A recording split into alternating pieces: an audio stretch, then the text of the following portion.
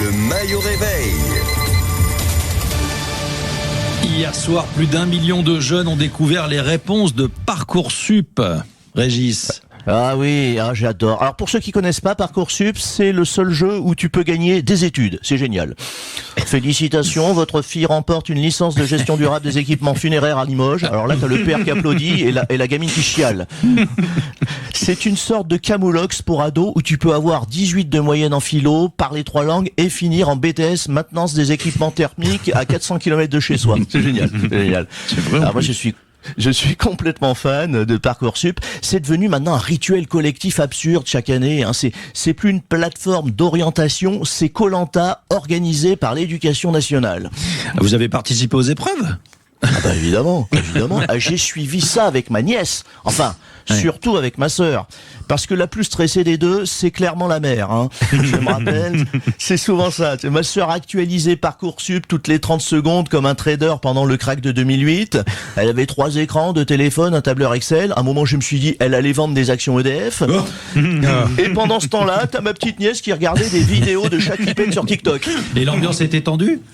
Tendue, vous m'étonnez. 18h58, on se serait cru dans un sous-marin nucléaire.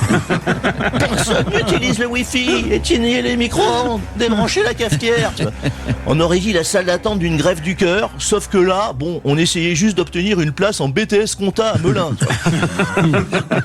Personne ne savait trop ce que c'était dans la famille, mais tout le monde était très très inquiet. Et les réponses sont tombées à 19h. Voilà, et là, le drame. On voit apparaître sur l'écran, vous êtes 1243e sur la liste d'attente. 1243 ! À ce niveau-là, tu n'attends plus une place, t'attends un décès.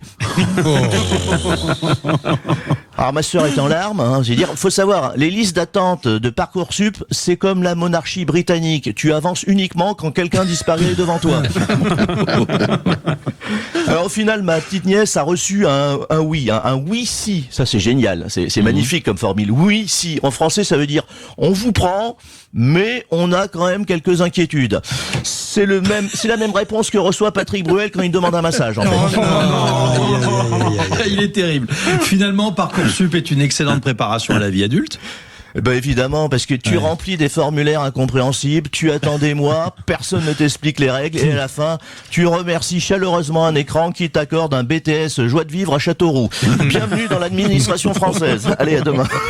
Merci Régis, je rappelle que vous êtes à Avignon cet été et on vous retrouve en podcast sur sudradio.fr. À très vite, à demain, il est bientôt 8h.